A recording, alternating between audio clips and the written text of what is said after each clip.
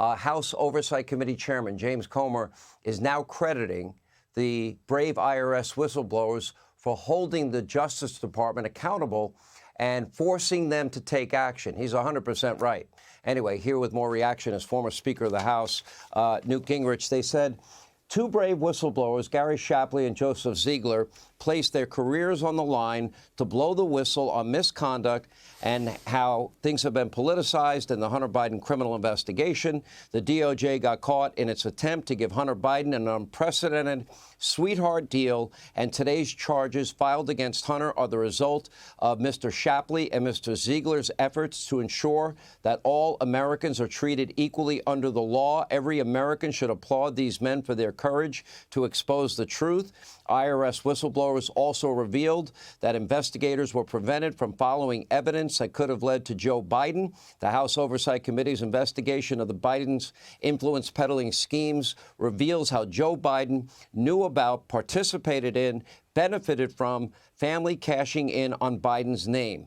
In fact, Hunter Biden's corporate entities implicated by today's indictments funneled foreign cash that landed in Joe Biden's bank account. And unless U.S. Attorney Weiss investigates everyone involved in the Biden's fraud schemes and influence peddling, it will be clear that President Biden's DOJ is protecting Hunter Biden and the big guy. Your reaction to that, Newt Gingrich? Well, look, I think at a practical level, when you look at all the information, what you have is essentially what I called in a recent newsletter, the Delaware Sopranos. This is a crime family. They were willing to sell out the interest of the United States. As somebody said the other day, you now have, in effect, a Chinese, Russian paid agent sitting in the Oval Office. It's very hard for me to think that any normal person looking at the amount of evidence that every single day gets bigger, and Chairman Comer has been a part of that and has done a good job of digging into this. You also have people at the Ways and Means Committee. You have people with Jim Jordan at the Judiciary Committee. Every day something new comes out. And presently you're going to have such an enormous mound of evidence that it's going to be very hard for reasonable people to not at least say, we need to know what's going on. I'll be very curious as all of this develops, whether there won't be some Democrats who vote for the impeachment process when it comes to the floor of the House. And I can't imagine, given everything which has been surfaced, why any Republican would vote against. Remember, this is not a vote on impeachment. It's a vote on investigating and using the system in order to bring to the surface things that, at least today, look like they're amazingly criminal.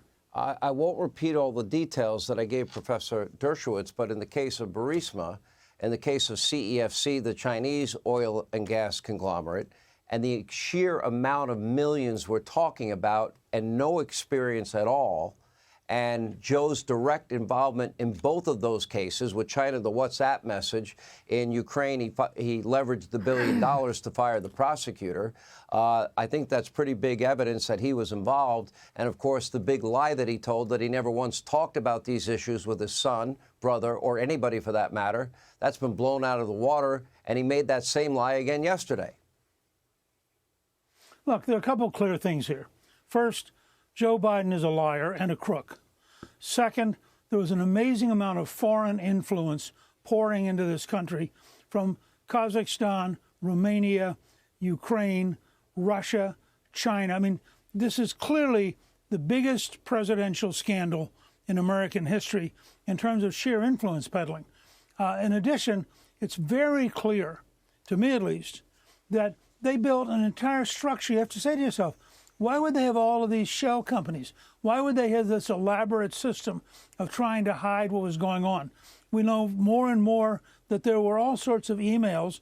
I saw one report today that Joe Biden, as vice president, may have sent several hundred emails to various people who worked for one of the companies that Hunter had set up.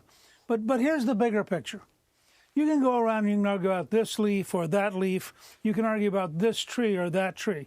But when you see the whole forest, it's pretty hard to reach any conclusion except these people methodically set out to make money doing things that they knew were wrong, to take money from foreigners, including our major competitors in the world, and then to methodically lie about it. I mean, it's very hard to look at the bigger picture and not reach that conclusion.